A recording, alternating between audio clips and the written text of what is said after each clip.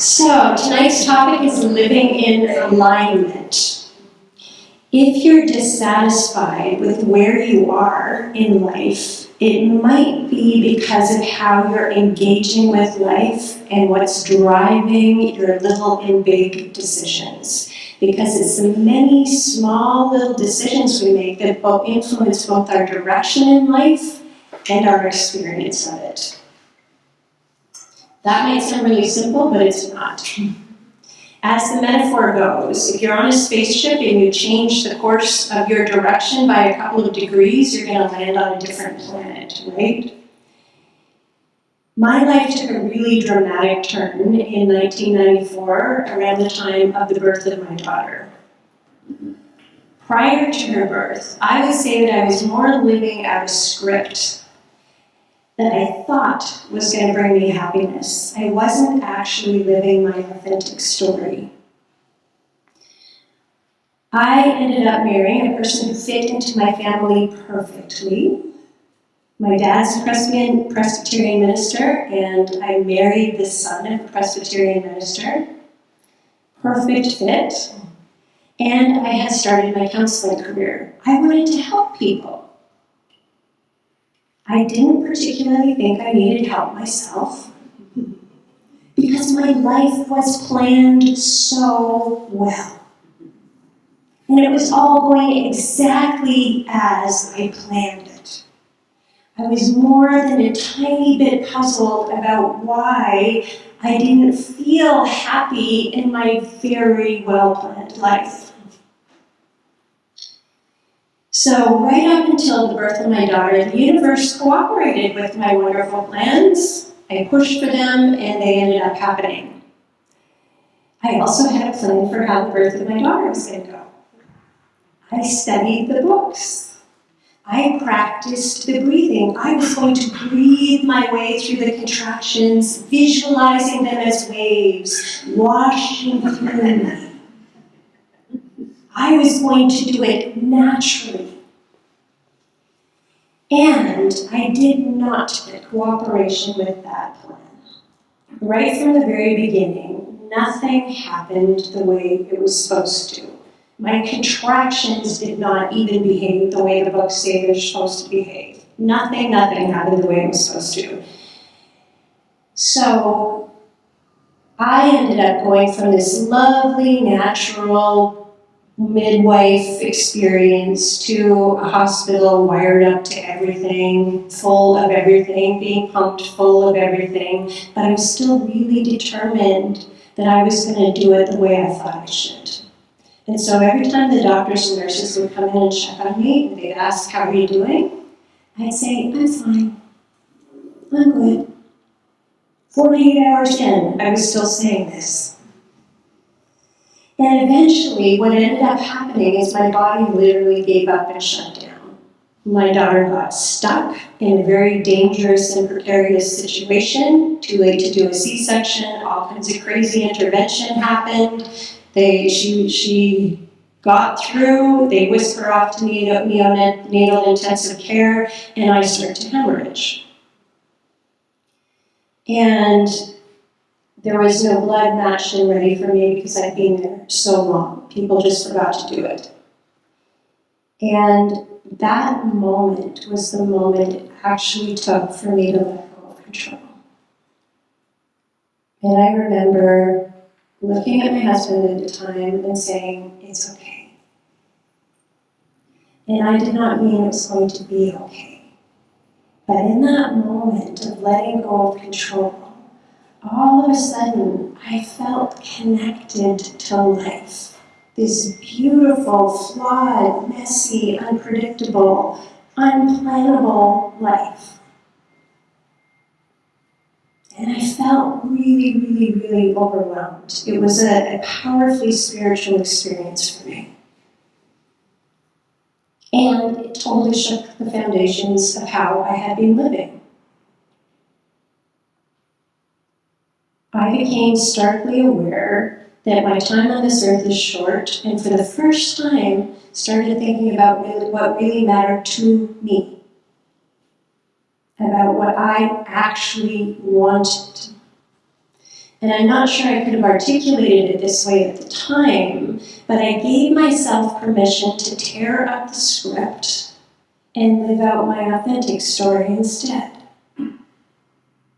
This resulted in a very chaotic few years, crazy, madly chaotic, as I tried to figure out what it actually means to live in alignment. So we're going to start tonight with the bottom line, the big picture. To live in alignment means to put your energy into what matters most. Every time that you put your energy into what matters most for you and act on that, you are living in alignment. What matters most to you? One of the definitions for the word matter is to have significance. When people are asked what they want out of life, the most common answer is, I want to make a difference, right? I want to have impact. I want to make my mark on the world, and I want to be remembered well, particularly by those people that I love.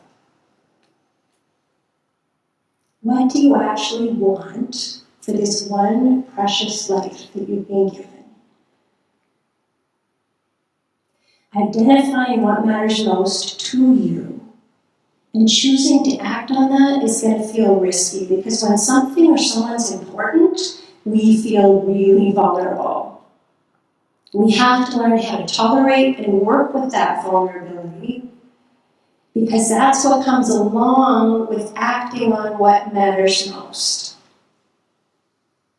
We're going to have to learn how to do that if we're ever going to achieve what matters most. And whatever matters most for you has to be more important than whatever that vulnerability is. More important than failing, more important than being rejected, more important than terror of public speaking, all of it.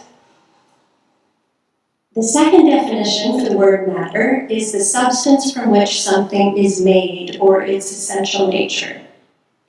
These two definitions are related because our accomplishments are not going to mean anything unless we're also acting in alignment with the substance from which we are made, our essential nature. Living a life in alignment requires authenticity. Our desire to make a difference, to have impact, and our essential nature. We have a need to be ourselves and to have impact. These two very fundamental human needs can come into conflict, particularly in the context of family, social, cultural expectations. Perhaps particularly in white Western culture, which really emphasizes individual accomplishments and equates success with power and money, right? It can be really hard to live an authentic life in the face of all that pressure, inside and out, to perform and conform to expectations. So up until that point in my life, I was 30 in 1994, I would say that I moved from accomplishment to accomplishment. By the time my daughter was born, I had 3 degrees. Those accomplishments gave me a temporary boost, but then I would be on to the next. That's how I thought I was supposed to live. I thought life was about accomplishments.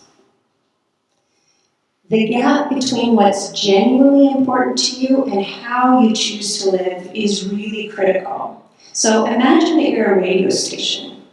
You're a radio station and you love jazz. In your heart, you love jazz, but you broadcast country and western. 24/7, country and western. You're broadcasting through the airwaves because it's way more popular. It's going to make you way more money. And you wonder why everybody around you is wearing cowboy hats and cowboy boots. What's going on?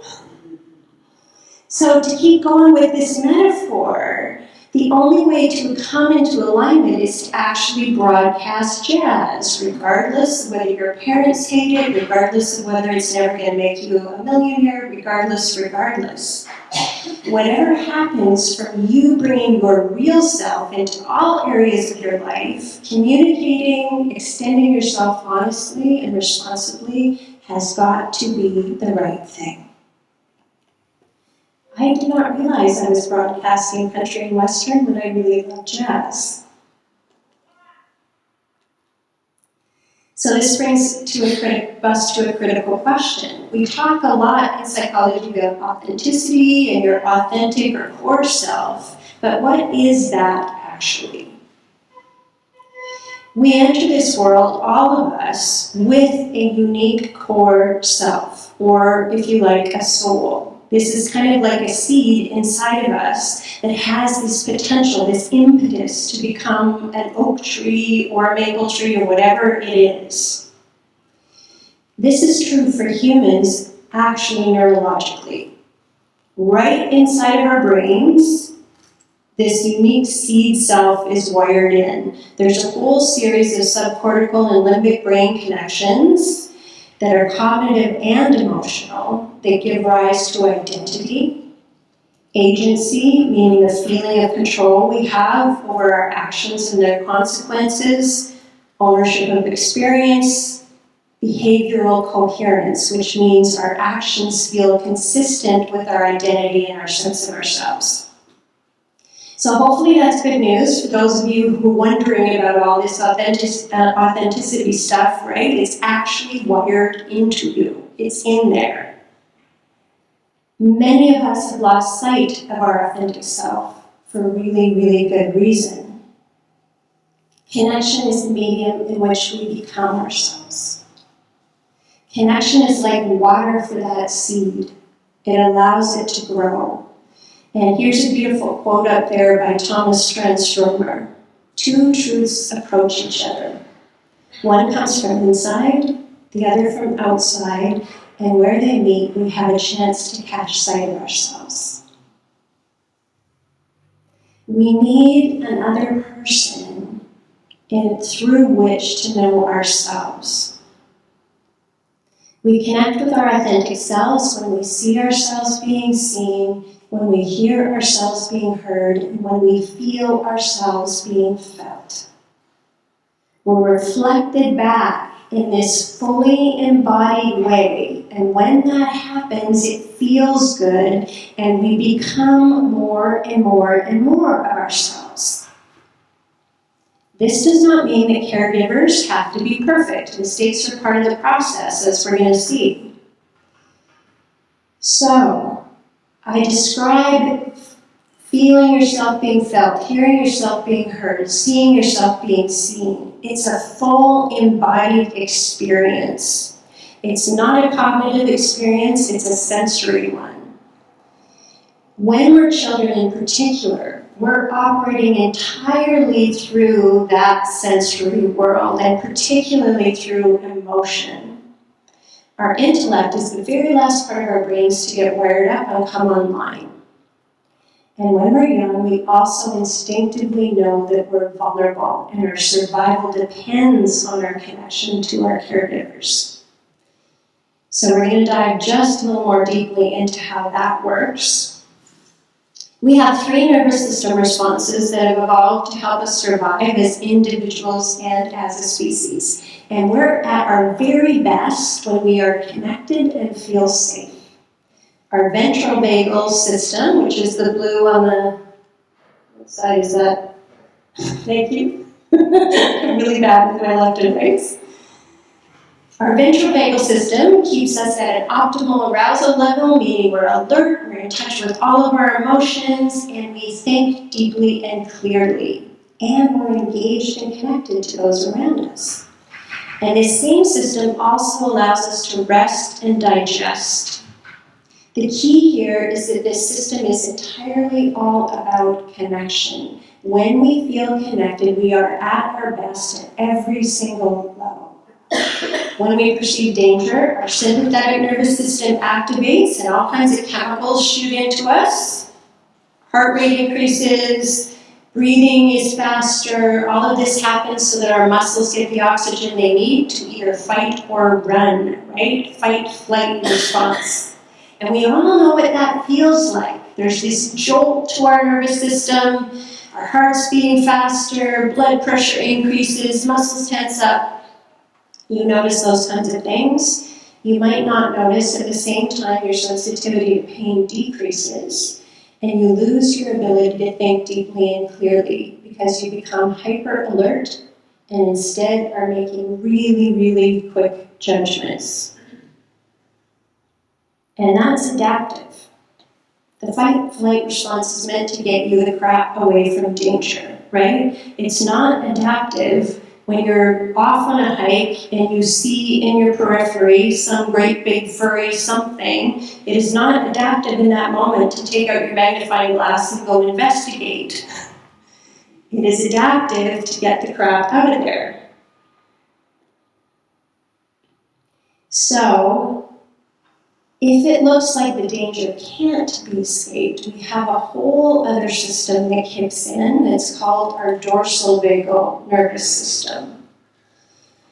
And this does the opposite and literally shuts us down. We often refer to this one as freeze, fawn, or freeze, please. We freeze like a deer in headlights and go still as a way of hiding in plain sight. We numb out, we get sleepy, or at the extreme, we can literally pass out. That response is nature's way of protecting us from pain, because it thinks we're about to die, and also potentially a last-ditch, tricky way of escaping, because sometimes predators lose interest when the prey is already dead. So this dorsal vagal response is what we see in people who've had really severe trauma. In psychology terms, it's called dissociation. So we have that freeze response. We also have fawn. It's an instinctive response, like when a wolf bares its throat to the alpha of the pack, it's saying, "Don't fight me." In the human world, fawn is people-pleasing. So in the human world, this freeze-fawn response might look like leaving your body, focusing on other people, and giving them your entire attention in an attempt to try and win them over. Not that I know anything about that. And we're meant to move between these systems as needed, right? If you run into a bear in the woods, it's really adaptive to have that fight-flight thing kick in. And we're meant to run back to the village, tell everybody what happened, how scary it was, and they all come around and they wrap their arms around us and go, "We're so happy that you survived." We're meant to make our way back to that feeling of connection.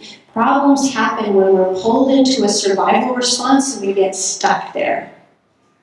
And this begins in childhood, where our wiring gets laid down. Something scary or traumatic happens. It could be something like being physically abused, hit, or yelled at repeatedly. It could be something more subtle, like when some part of you isn't approved of, or when you didn't get something that you really needed as a kid. You don't understand what's happening because your cognitive, intellectual brain, the part that can sort out nuances, hasn't kicked in yet. You instinctively know you need to be connected to survive. So you're terrified at the threat of rejection, at the feeling of disconnection. If you have somewhere to go with that terror, it's all good. You can make your way back to the good. You can move through and be connected again. If you don't have anywhere to go, the problem begins. If you have nowhere to bring your terror and be comforted, it turns into shame. You're flooded with fear. You think, "Oh no, what's wrong with me? What have I done? What must have happened? It must be my fault somehow." And you turn that fear against yourself and feel shame. And the feelings are really intense, so we push them down and away. We develop what we metaphorically call a basement in our psyche, where we lock a part of ourselves away, believing that we're bad and wrong. It's the disconnection that's damaging. not necessarily the severity of the event. Small, repeated disconnections that don't get repaired can have really painful and lasting results. So, a couple of personal examples. I am one of those kids who never quite made it into my peer group. I would work my way into this close-knit little group of girls, and then I would do something, quote, weird, and I'd get kicked out again. So, over and over and over again with no repair. That for sure left me feeling like I'm not good enough at that level of my basement. At the age of 8, I had a best friend. And one night I was at a sleepover at my best friend's house. And she was on the bottom bunk, and I was on the top. And I woke up in the middle of the night, and there was a dark shadow standing over the bed. It was one of her 2 older brothers. But all of a sudden it was a dark shadow, and I heard breathing. My nervous system decided that we needed to freeze, which is most often actually what happens to kids in threatening situations, because we know we're small, we know fight flight might not work at some level, so most often we freeze. So I just froze and pretended I was asleep. He then proceeded to sexually molest me, and the whole time just pretended I was asleep. The next day we were walking home, and I told my friend what had happened. And she said, "Don't tell your parents. My brother is going to get into so much trouble." And I didn't tell my parents, because I didn't want to lose my only friend. So again, know where to go. That's the key. And think for a minute about what kind of template. It kind of shocks me when I consider what kind of template that moment in particular laid down on me, right? I already had people pleasing. What do I have to do to make you like me? And in that moment now, we have a crazy amount of sacrifice to preserve a relationship, right? I'm not going to tell anyone what happened there, because I don't want to lose my best friend. In those kinds of moments, we learn to separate thinking from feeling, because the feeling is really overwhelming. It's the feeling we put into the basement, locked away and hidden. And I'm doing this gesture because that's literally what happens. We cut off from our felt sense of what's happening, we cut off from our bodies, and we live up here. We live upstairs. This is where we disconnect thinking from feeling. And if we don't find our way back to the good, we get stuck in a survival-based nervous system response, which then develops into a whole survival personality. Right? Hide, pretend, defend.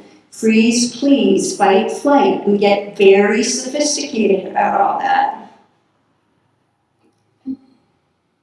So I definitely got locked into performing and people-pleasing.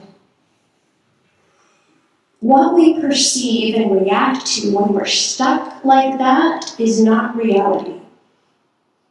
It's our subjective view of what's happening. We're seeing what we're looking for from that emotional state. Our perception's filtered through an emotional network, and that network is determined by your experiences yesterday and as a child.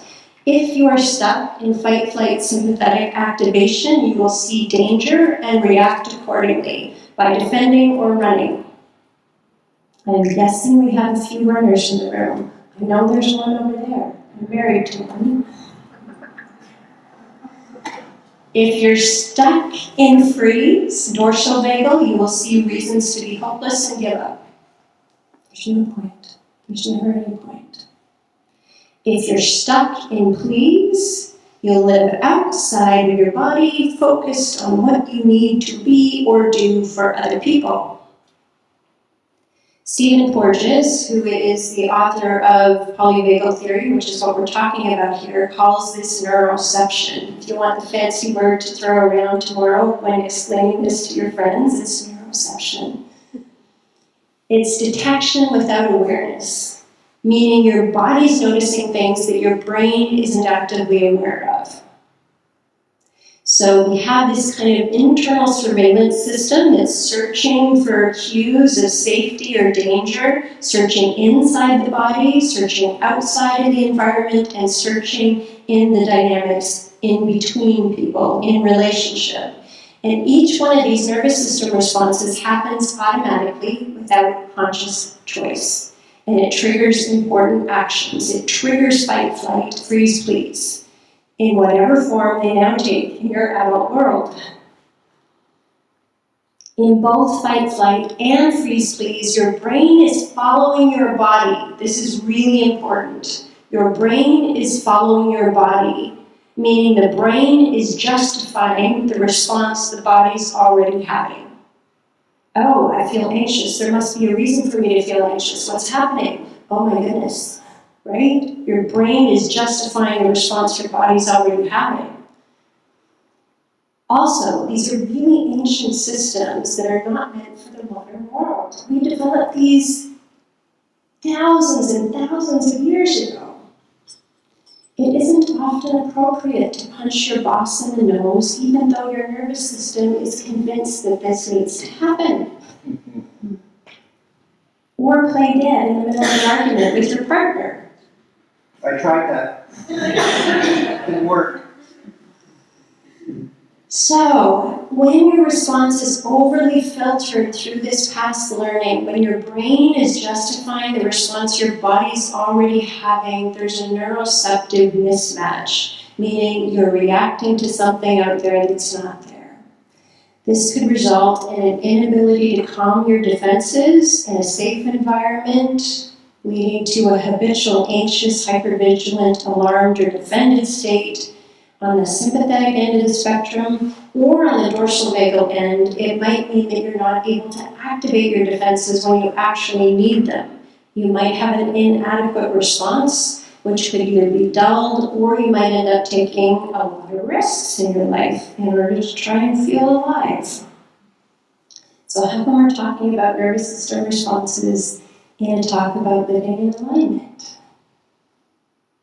I said the daily decisions that we make determine the direction that we take in life. In the simplest form, putting your energy into what matters most comes down to what you say yes to and what you say no to. This is how decisions determine the direction you take, right? What you say yes to points you in a particular direction toward a particular kind of life. And what you say no to takes you away from a particular kind of life. When we're disconnected from important aspects of ourselves, locked away in the basement, we end up out of alignment because we're disconnected from our authentic selves. We're stuck in a defensive fight-flight or freeze-freeze pattern, and our decisions are driven by anxiety even though we might not be aware of it. When I thought life was all about accomplishments, collecting accomplishments, pretty shiny, wonderful accomplishments, I was not aware of the anxiety that was driving that. I had a sense of not being good enough, locked away and kind of bubbling up on occasion from my basement. And my please response was to prove that I was good enough by collecting accomplishments. I wasn't aware of this, but that is what was happening. We're always going to be aware of the emotional repercussions of our yeses and our nos, the decisions that we make. Always. We're typically resentful when we say yes to something we don't want to do. And consider for a minute how much time you spent feeling resentful, even just in the last week. If I was to distill the emotional flavor of my late 20s and early 30s, there was a fair bit of resentment involved. A lot of the time, resentment. And since then, I'm just kind of working my way down to some kind of reasonable level. By contrast, An inauthentic no can lead to a lifetime of regret. We tend to say an inauthentic no to things that scare us or feel risky, right? And living in alignment is always going to feel risky because you're investing in something or someone that's important to you. So, what we say yes to and what we say no to, what could that imply? Guess what we have to talk about now. It begins with the letter B. Anyone have a guess? Boundaries. People talk about boundaries regularly, and we talk about them like it's clear what they are. Brené Brown defines boundaries simply as what's okay for me and what's not okay for me right now. And the assumption that we walk around with is that boundaries are all about no. Healthy boundaries are equally about a yes. We have to point toward the direction we want, which is yes. We have to point other people toward the direction we want as well, not just stop them from going where we don't want. So, what are you saying yes to? What are you saying no to? Both are involved in boundaries. And remember, connection is really vital to our well-being. We're at our best in connection. Healthy boundaries are relational. So I'm going to do a little demonstration for you. If you like, you can close your eyes or just soften your gaze. I just want you to be aware of what happens inside you when I say the following words in the following tone. No. No. No. No. No. Just notice what happens inside you. And if you like, you can take a little breath or give yourself a little shake. We're going to kind of shake that vibe off for a minute. And I'm going to do the opposite now. Just notice what happens inside you. Yes. Yes. Yes. Yes. Yes.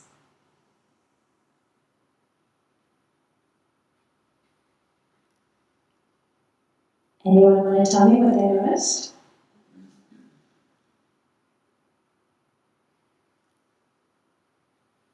Yeah.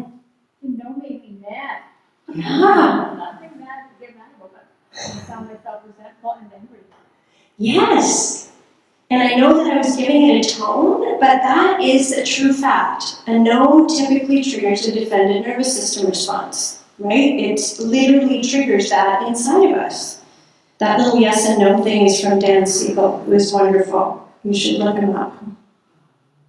So really important to speak to both. What's okay for me and what's not okay for me. So, boundaries. Imagine that you've got like this inner compass inside of you that has only those two words, yes or no. When somebody makes a request of you, this inner compass is going to point to no or yes. No or yes. There are no other options except no and yes. And you have this compass, I promise. It's wired right into your nervous system. The compass is trying to take care of you. It's gauging your stress level and taking a read on whether you can do whatever it is that's being asked. Its purpose is to protect you from excessive stress and also support your overall growth and evolution. The daily decisions that you make about what's okay and not okay, your yeses and nos, determine the direction you end up. That's why it's a compass. I really like my compass, just so you know. Stress, obviously, can cloud your compass, right? When we're stressed, those automatic learned patterns and defenses will kick in, which are all about protection. So if you're stuck in fight-flight, your compass is likely stuck in no. If you're stuck in freeze-please, your compass is likely stuck in yes. Relational trauma, as we just discussed, can stick your compass in yes, which is freeze-please, or no, fight-flight. People who are influential in your life also acted as role models for healthy boundaries, whether their boundaries were, well, They acted as role models for boundaries, healthy or not, actually. So if you think about a caregiver that had significant influence on you, what did that person teach you about boundaries with other people as you watched them interacting with others or as they interacted with you? So boundaries are a little more complicated than just a no, and a little more complicated than what just feels right in the moment. And to set a healthy boundary, we need to be okay with other people having emotional reactions to our yes or no. Yeses and nos are really necessary choices based on your current capacity that ultimately determine your direction. We always think that it's the big things in life that are somehow turning points, but it's every single little tiny decision you made that got you to that turning point that actually determines your direction. They're little steps usually. And they're essential for you to live your story for the fullest. Worthiness is at the heart of this process. Your sense of your own worthiness and your sense about other people's worthiness. Brené Brown has stated that the most generous people are also the most boundaried, which means that boundaries are actually also the foundation for generosity and compassion. Think about that for a minute, right? Saying no is hard because we risk letting other people down and disappointing them. But a yes that goes against the grain isn't genuinely generous, and it's going to trigger you into probably lengthy resentment. Generosity is sustainable when we have boundaries that help us maintain our integrity. Healthy boundaries go hand in hand with empathy, compassion, and generosity. So ask yourself, when somebody makes a request, what's going to allow me to stay in relationship with this person in a loving and generous way? And we need to speak to the no and the yes. What's okay and what's not okay. So for example, somebody asks you to volunteer. I'm not able to volunteer my time right now, but I value your cause, so please ask me again. Way easier to hear than just, no, I'm sorry, I can't do that. Or if the cause isn't one that you value, I believe in volunteering, so thanks for asking. I'm volunteering my time with a social justice organization, and that's where I'm putting my energy right now. Right? We've got to speak to both of those. So, I mentioned two definitions for the word matter: to have significance and the substance from which something is made. This is about purpose and values. What you'll discover in the biographies of people you admire the most is that their purpose is often directly related to their historic pain. So, in other words, what is most important for each of us actually emerges out of the basement, which is the place we avoid. Our purpose in life is connected to the traumas and challenges we've lived through, and is often the experience we most long for. For me, it is real connection.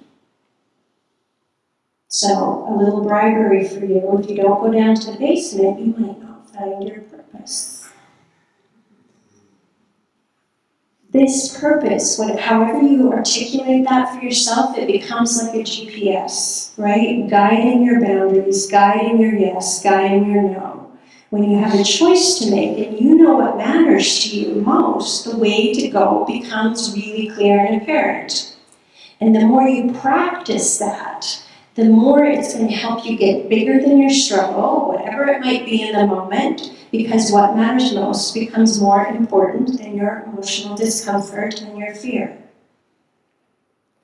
And when that happens, when something is more important than emotional discomfort, everything becomes possible. When you have a meaningful reason to take risks, the risk becomes the thing to do.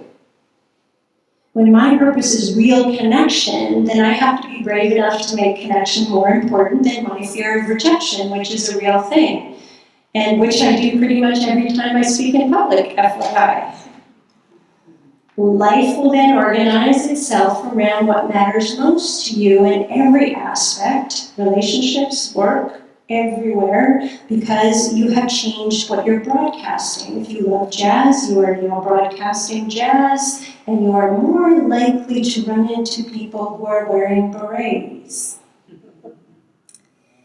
So we have to be willing to make that trip down to the basement to reclaim those vital and essential aspects of who we are.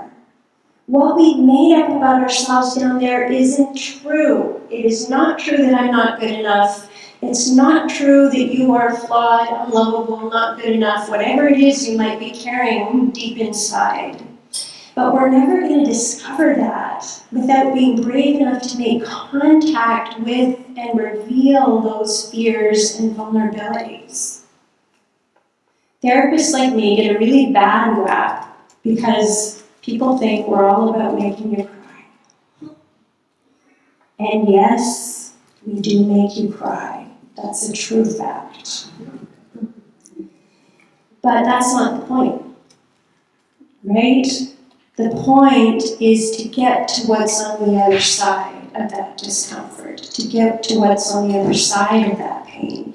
The thing about emotions is you can't selectively numb. You can't say, I want to live a joyful, excited, passionate, loving, amazing life, but I never want to feel scared, I never want to feel sad, I never want to feel angry, right? We cannot selectively numb. So the point of activating and working with scary and uncomfortable feelings is to move through them to the good stuff, to let yourself have the good stuff, get back to the good, back to safety and connection, and to ourself at best. We do this through connection. We can move through painful feelings in the safety of being emotionally held by other human beings. And legitimate connection invites new experiences, new possibilities. And connection, as we've defined it here, seeing yourself being seen, hearing yourself being heard, feeling yourself being felt, and particularly from the part of you that we've locked in the basement. This is the core experience of the Awakening Workshop in particular. Our therapeutic skill is really aimed at helping you become aware of the part of you that you have locked in the basement, move through what you made up about yourself there, and emerge back into life. These powerful moments of connection open the door to make contact with your core authentic self, that wired in you. It's a highly emotional experience. And touching into that place triggers a paradigm shift. In our words, we literally rewire ourselves. So I'd like to share with you, it's always so difficult to talk about the experience of the Awakening Workshop, and I am very excited to let you know that we actually are going to have a documentary coming out about the Awakening Workshop soon, in May. Soon. So you'll actually get to that point to see what it looks like and to feel what it looks like. So I'm going to share with you, it's a little 5-minute clip, the trailer of our documentary.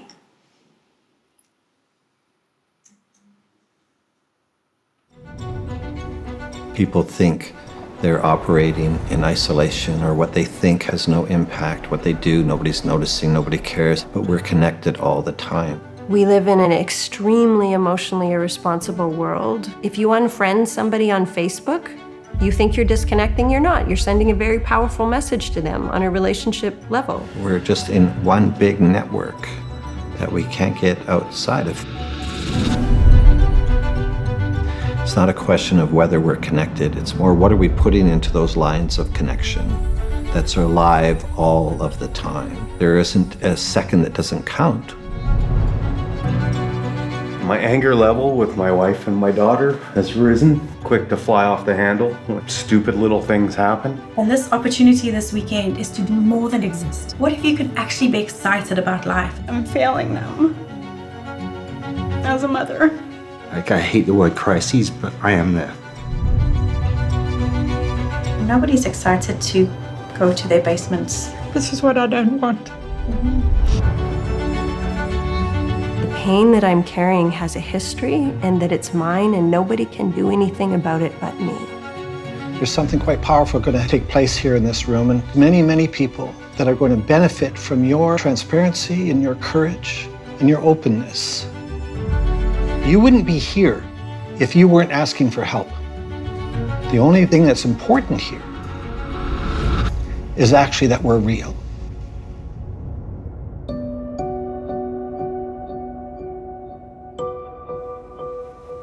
I have been out of relationships since my marriage ended over 8 years ago. My mother was diagnosed with stage 4 cancer and given 2 months to live. I had to make a choice, whether to carry on with my marriage or to walk away from it. You could just see on her face that we were a burden. The actual experience of trauma is in the disconnection between parent and child. He's always, stand up, talk like a man. I wanted calm. I wanted enough distance that I could feel calm near her. It's not necessarily the degree or the severity of the thing that happened. It didn't help that I was working and your dad's working. It just took us away from you. You know, Mom, I don't think you get the impact that a secure, safe, loving marriage has on children. And I think that's upsetting for me. These moments impact a child's sense of who they are. My anger is not okay. Who I am is not okay. Most of the pain that we extend into adult life is what didn't happen after the traumatic event happened, which is connection. The price we pay is profound. So what do I do? Decide what you're going to look for because you want to get better.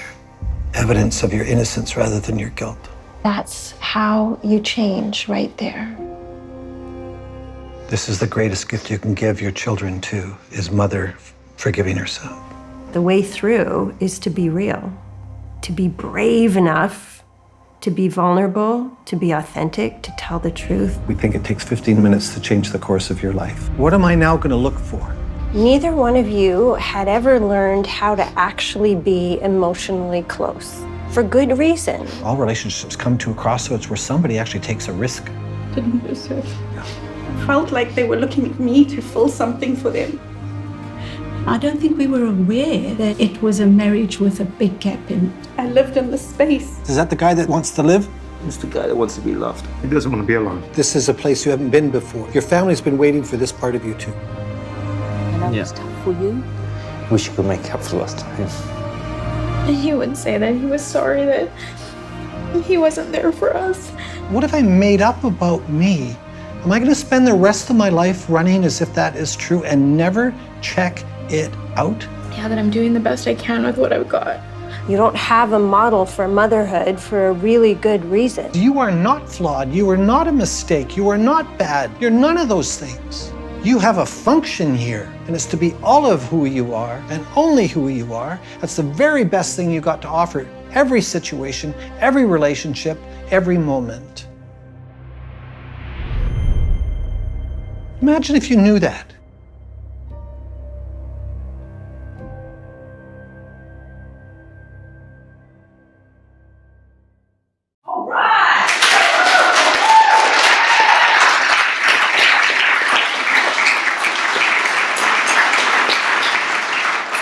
We are very excited. So Dr. Kubler-Ross, and that basically gave my whole talk in 5 minutes, right? Said it's not the end of the physical body that should worry us. Rather, our concern must be to live while we're alive, to release our inner selves from the spiritual death that comes with living behind a facade designed to conform to external definitions of who and what we are. At the age of 57, when I reflect back on my life, and don't get me wrong, I see a forward as well, but when I reflect back, I feel really proud of the 30-year-old who decided that authenticity was more important than other people's expectations. And I feel proud of the bravery that she showed tearing up the script that she was given. And I'm not saying that I do it perfectly, right? Living, what Dwayne said in that clip, we're here to change the course of our life. 15 minutes to change the direction. That's what living alignment is. You're facing a whole new direction. So I'm not saying I did it perfectly or I do it perfectly. Because growth is a part of the process. That's part of the deal. There have been many, many really hard times, and the last couple of years has also been hard. But going through hard times when you're in alignment is also rich, purposeful, and meaningful. Because you're still headed in the right direction. So it matters. You matter. Your life matters. We have to allow other people to see the matter, the substance from which we're made, in order to matter or make a difference. So thank you for your time and attention.